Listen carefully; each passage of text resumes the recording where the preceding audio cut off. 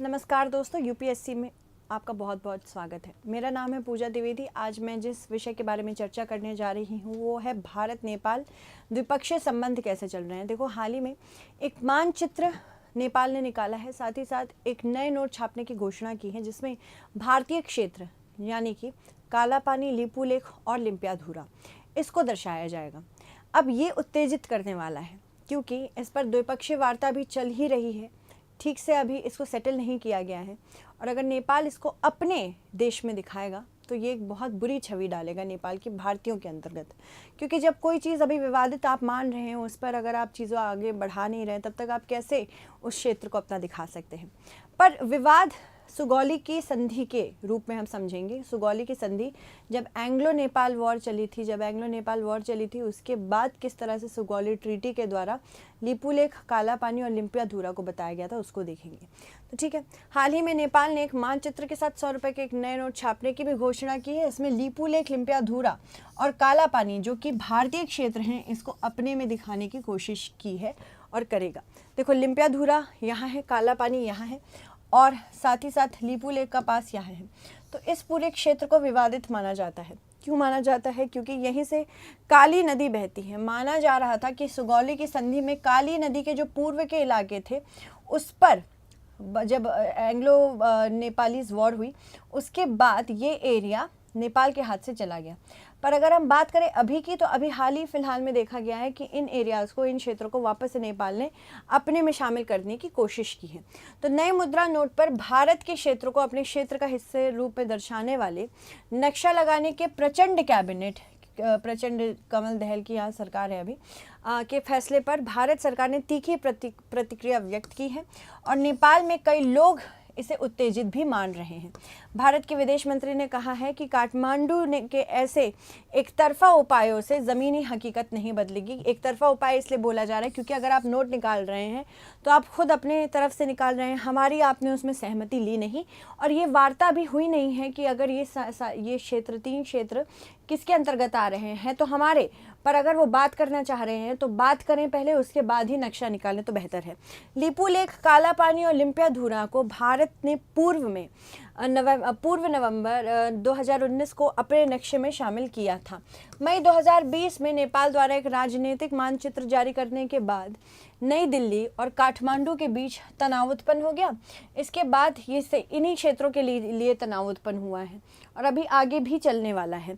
राजनयिक संबंध तब और तनाव में आ गए जब नेपाल ने वर्ष 2020 में, आपको अगर याद नहीं होगा तो मुझे याद है अच्छे से, 2020 में सबसे पहली बार लिपुलेख के माध्यम से कैलाश मानसरोवर को जोड़ने वाली जो हमने सड़क बनाई थी उसके उद्घाटन पर भी ये आपत्ति जताई थी इन्होंने और भारत को एक राजनयिक नोट भी सौंपा था कि भाई आप सही नहीं कर रहे हैं। अब उस समय से लेके आज तक यहाँ पे माना जा रहा है कि चीनी हस्तक्षेप कुछ ज़्यादा ही बढ़ गया है और चीनी हस्तक्षेप जहाँ बढ़ता है वहाँ पे अगर हम बात करें ज़मीनी क्षेत्रों के लिए विवाद जरूर उत्पन्न होता है, क्योंकि चाइना के साथ हमारा विवाद पहले से चल रहा है। साथ ही साथ वो ये भी नहीं चाहता है, चीन ये नहीं चाहता है कि भारत यहाँ पे एक बेनोवलेंट स्थिति में दिखे, भारत एक बड़े भाई के रूप में दिखे, ये चीन को बर्दाश्त नहीं है। तो इसीलिए चीन हमेशा चाह रहा है कि इसके छोटे मोटे देशों के साथ थोड़ी ना थोड़ी बातें होती रहे, लड़ाइयाँ होती रहें। अगर हम बात करें चीनी हस्तक्षेप की, ये क्यों है? क्योंकि चाइना सबसे ज़्यादा तिब्बत पे हक जताता है। तिब्बत तो ऑटोनोमस रीजन है, पर ये चाहता है कि दलाई लामा जो भारत में रह रहे हैं इनका नैरेटिव भी बदल जाए। तो इनका नैरेटिव कैसे बदलेगा? जब तिब्बत का क्षेत्र पूरी तरह से घुटने टेक चुका रहेगा चाइना के सामने और यहाँ पे नेपाल का भी बहुत बड़ा एक रूप, यहाँ पे एक कंट्रीब्यूशन हो सकता है। देखो, नेपाल बहुत टाइम तक, बहुत वक्त तक भारत के ऊपर निर्भर रहा है बहुत सारी चीज़ों के लिए और अब नेपाल भी चाहता है कि हम एक देश से निर्भरता हटा के दूसरे देशों पर भी निर्भर हों। अगर उसे दूसरे देशों पर निर्भर होना है तो चीन का सहारा तो लेना ही पड़ेगा, क्योंकि चीन ही यहाँ पे उसके पास दूसरा ऑप्शन है। नेपाल एक लैंडलॉक्ड कंट्री है जिसकी वजह से हमारे साथ इसके संबंध इस समय, अभी आप देखें, इस लैंडलॉक्ड स्थिति की वजह से थोड़े से ख़राब हो रहे हैं। क्यों? क्योंकि नेपाल के पास चीन के अलावा ज़्यादा कोई ऑप्शन है नहीं। चीन हमारा अच्छा दोस्त नहीं है, अच्छा साथी नहीं है, इसलिए हम नहीं चाहते हैं कि कोई एक कंट्री दूसरी कंट्री जिसके साथ हमारी बन नहीं रही है उसके साथ वो अपनी दोस्ती ज़्यादा बढ़ाए, क्योंकि हमारे सिक्योरिटी को प्रॉब्लम देगा। यहाँ काली रिवर को माना गया था, बट क्या है यहाँ पे काली रिवर का काली नदी का जो एक दृष्टिकोण है दोनों देशों के लिए अलग है।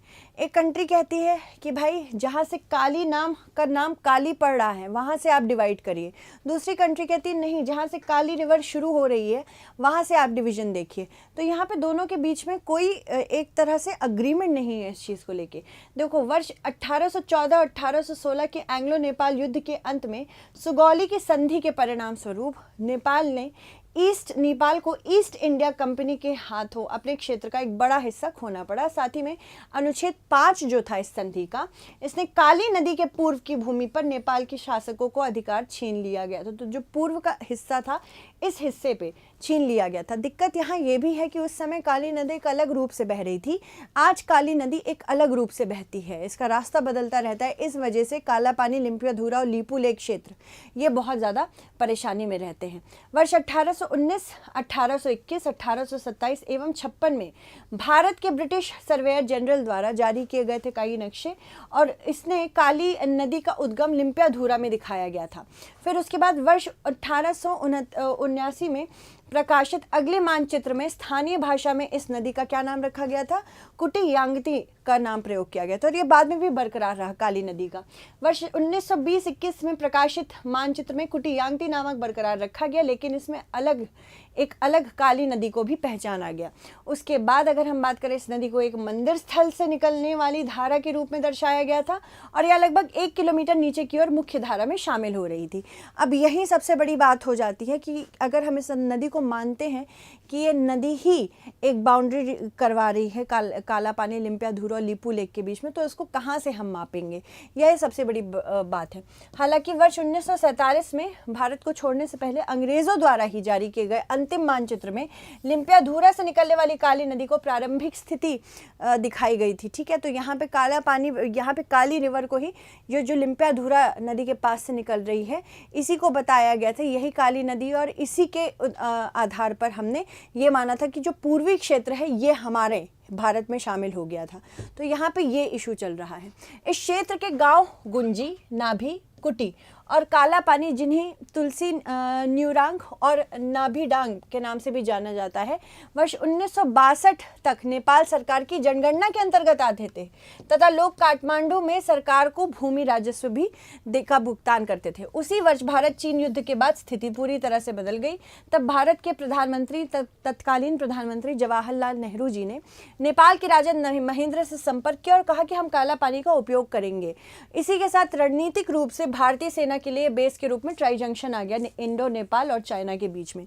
और द्विपक्षीय वार्ता में यह बताया गया कि राजा महेंद्र जी ने यह भी कहा था कि हम आपको काला पानी उपहार दे देंगे। पर यहाँ पे बात यह हुई कि उपहार की बात तो हुई, पर कभी इस पर हस्ताक्षर नहीं हुआ था, बस बात कहने की थी।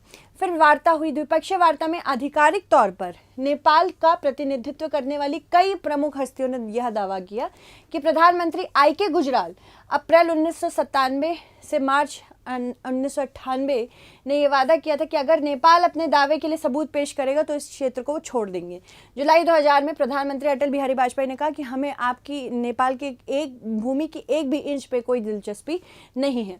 फिर वर्ष 2014 में भारत के प्रधानमंत्री ने नेपाल की यात्रा से सभी विवादास्पद मुद्दों का समाधान करने की भी बात हुई थी, पर ऐसा कुछ हो नहीं पाया। भारत के प्रधानमंत्री और उनके नेपाली समकक्ष सुशील प्रसाद कोइराला काला पानी और सुस्ता जो कि बिहार में है, सुस्ता गांव भी बहुत ज़्यादा विवादित है। सुस्तक में सीमा मुद्दे के शीघ्र समाधान के लिए एक सीमा कार्य समूह भी स्थापित किया।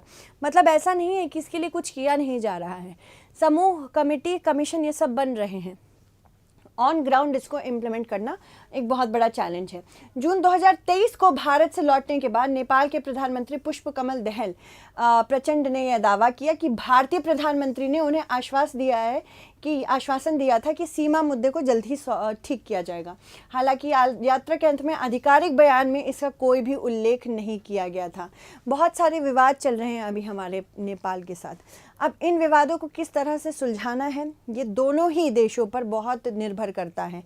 इसी के साथ अभी बीच में जब नई पार्लियामेंट बिल्डिंग में अखंड भारत दिखाया गया था तो लुम्बिनी का क्षेत्र भी भारत में दिखाया गया था, पर यहाँ पे ये पर्टिकुलर मैप जो बनाया गया था इसलिए इसलिए नहीं बनाया गया था कि हम किसी और की भूमि के ऊपर दावा करें। ये ऐसा भारत था जब अभी जियोपॉलिटिकल लेवल से, नेशनल लेवल से एक भारत था, उससे बियॉन्ड जा रहा था। ये एंशंट इंडिया था, ये मॉडर्न इंडिया नहीं था, एंशंट इंडिया दिखाया गया था। एंशंट इंडिया बहुत विस्तृत रूप से फैला था। भारत नेपाल संबंधों में मुख्य चुनौतियों में से एक काला पानी सीमा मुद्दा है और इन सीमाओं को वर्ष 1816 में अंग्रेज़ों द्वारा तय किया गया था और छोड़ते छोड़ते इस चीज़ की कोई सीमांकन ठीक से नहीं हुआ। जबकि भारत नेपाल सीमा का 98% सीमांकन किया गया था, 2 क्षेत्र सुस्ता और काला पानी का निर्णय अधर में था। इस वजह से आज तक ये मुद्दा सुलझ नहीं पाया है। वर्ष 2019 में नेपाल ने उत्तराखंड के काला पानी, लिम्पियाधुरा और लीपू लेक और सुस्ता के क्षेत्र को नेपाल के क्षेत्र के हिस्से में रूप में दावा करते हुए एक राजनीतिक मानचित्र जारी किया था। इसको कार्टोग्राफिक वॉरफेयर भी कहते हैं, यानी कि मानचित्रों का इस्तेमाल करके लड़ना। तो यहाँ पे मानचित्रों का इस्तेमाल करके नरेशन एक तरह से दिखाना कि ये क्षेत्र हमारा है, ये क्षेत्र हमारा है, जो कि चाइना भी बहुत करता है। वर्ष 1950 में शांति और मित्रता की संधि नेपाली अधिकारियों द्वारा वर्ष 1949 में ब्रिटिश भारत के साथ उनके विशेष संबंधों को जारी रखने और उन्हें एक खुली सीमा और भारत में काम करने का अधिकार प्रदान करने के लिए मांगी गई थी। लेकिन आज इसे एक असमान संबंध और भारतीय प्रभाव थोपने का एक संकेत के रूप में देखा जाता है। वहाँ पे अभी भारतीयों के खिलाफ बहुत सारे नारे भी लग रहे हैं।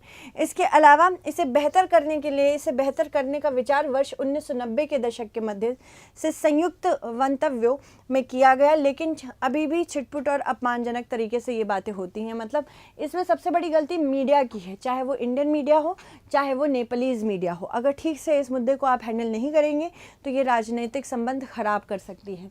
हाल के वर्षों में नेपाल भारत के प्रभाव से दूर जा रहा है, क्योंकि यहाँ पे चीन बहुत ज़्यादा हस्तक्षेप कर रहा है। चीन इनको इतना ऋण दे रहा है, इतना ऋण दे रहा है कि ये लेते ही चले जा रहे हैं। और उससे बचने के लिए कि हमारे ऊपर ऋण का बोझ बढ़ रहा है, पर हमें कहीं ना कहीं चीन कहीं ना कहीं आगे चल के माफ़ कर देगा। चीन भी चाहता है कि नेपाल हमसे दब के रहे, तो चीन को एक मौका मिल गया इतना सारा ऋण देने के बाद कि भारत से तुम्हें दूर रहना है। बेल्ट और रोड पहल के माध्यम से नेपाल की बुनियादी ढांचे परियोजनाओं में चीन की भागीदारी है। और बेल्ट एंड रोड इनिशिएटिव क्योंकि पाकिस्तान में ऑक्यूपाइड कश्मीर से गुजर रही है, यहाँ पे अगर जो भी बनाएंगे है तो हमारी ही सीमा है, तो हमारा ही क्षेत्र वो, पर अगर आप उससे बना रहे हो, उसके थ्रू जा रहे हैं, तो यहाँ पे आपको हमसे अनुमति लेनी चाहिए थी, ना कि पाकिस्तान के साथ मिलकर बनाना चाहिए था। यहाँ चाइना क्या कर रहा है, पाकिस्तान के साथ मिलकर ये सारे योजनाएं बना रहा है पीओके में। चाहे हम बात करें चाइना पाकिस्तान इकोनॉमिक कॉरिडोर, उसकी भी। तो इसी वजह से ही अगर पाकिस्तान के साथ हमारे संबंध ठीक नहीं हो रहे, जितना उसमें चीन का हाथ है, उतना ही अगर नेपाल के साथ खराब हो गए, इसमें भी चीन का हाथ होगा। भारत और नेपाल के बीच सीमा का आतंकवादी समूहों के द्वारा हथियारों, गोला बारूद, प्रशिक्षित सदस्यों और नकली मुद्रा की तस्करी के लिए प्रयोग किया जा रहा है, और जो कि भारत की सामरिक सुरक्षा के लिए खतरा है, बिल्कुल खतरा है। क्योंकि हमारे जो बॉर्डर्स हैं वो बहुत ओपन हैं। ओपन बॉर्डर में स्मगलिंग बहुत आसानी से होती है और इसी स्मगलिंग से डरते हैं हम। यहाँ पे सिर्फ नोटों की तस्करी नहीं, यहाँ पे आप देखेंगे कि पशु की भी तस्करी होती है, मानव तस्करी होती है। जब तक दोनों देश मिलके इस बारे में बात या वार्ता नहीं करेंगे, तब तक ये तस्करी के मामले भी चलते जाएंगे, जो कि दोनों फिर बाद में एक दूसरे को ब्लेम करेंगे, दोषारोपण करेंगे और कुछ नहीं।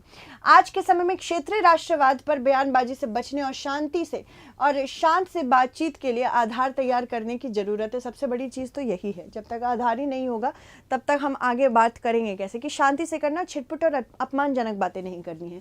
भारत को नेबरहुड फर्स्ट नीति के तहत चलना चाहिए। हमेशा ये ध्यान देना चाहिए, जब तक आपके नेबर खुश नहीं है, आपकी छवि पूरे विश्व में अच्छी नहीं हो सकती। नेपाल को भी ये बात उतनी ही समझनी चाहिए। सीमा पार जल विवादों पर अंतर्राष्ट्रीय कानून को तत्वाधान में विवाद पर कूटनीतिक रूप से बातचीत की जाएगी, और इस मामले में भारत बांग्लादेश, जिस तरह से हम दोनों ने मिलकर अपना सीमा विवाद ठीक किया है, उस पर जरूर नजर रखनी चाहिए।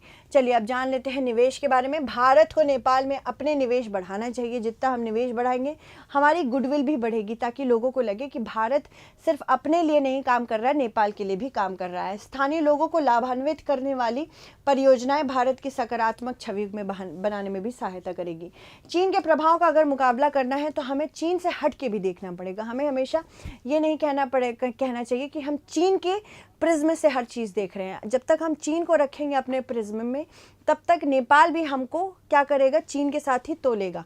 तो चीन के समक्ष नहीं, चीन को हटा के हमें सारी परियोजनाएं करनी पड़ेंगी, इंडिपेंडेंट ऑफ चाइना, याद रखिएगा। क्वेश्चन देख लीजिए, हाल ही में भारत नेपाल संबंधों में तनाव आने के प्रमुख कारणों का वर्णन करें। नेपाल भारत के सामरिक हितों को कैसे प्रभावित कर सकता है? निम्न कथनों पर विचार करें। यह आपका प्रीलिम्स बेस्ड क्वेश्चन है। वर्ष 1814 से 16 के एंग्लो नेपाल युद्ध के अंत में सुगौली की संधि परिणाम स्वरूप नेपाल को ईस्ट इंडिया कंपनी के हाथों अपने क्षेत्र का एक बड़ा हिस्सा खोना पड़ा।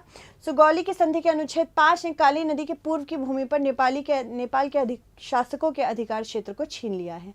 तो आपको बताना है कौन सा कथन सत्य है। ठीक है, इसी के साथ आज की क्लास आपकी समाप्त होती है। बहुत बहुत धन्यवाद।